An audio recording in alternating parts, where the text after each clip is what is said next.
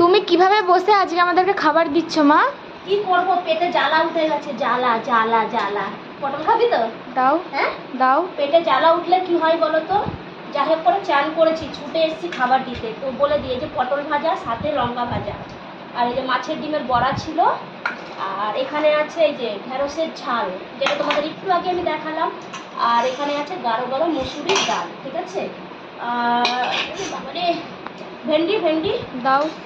আজ সত্যি টাইম, মানে আজ ঘুম থেকে উঠেছিও দেরি করে, আর কখন যে টাইম চলে গেছে আমরা নিজেরাও টের পাইনি, আর বেলা হয়ে গেছে। আর সকালে না এমন কিছু টিফিন করিনি, ব্রেড চা এইসবই খেয়েছি। পটল নেই রে, মাথা কথা খারাপ হয়ে গেছে। বসি আমি আগে, এইভাবে বসে খাবার দেওয়া যায়? তোর ভাতটা ওই দিকে রাখবো। আর আমার তো লঙ্কা চাই, লঙ্কা ছাড়া আমার হবে না, শশাও আমি নেবো, তোদেরকে দেবো না।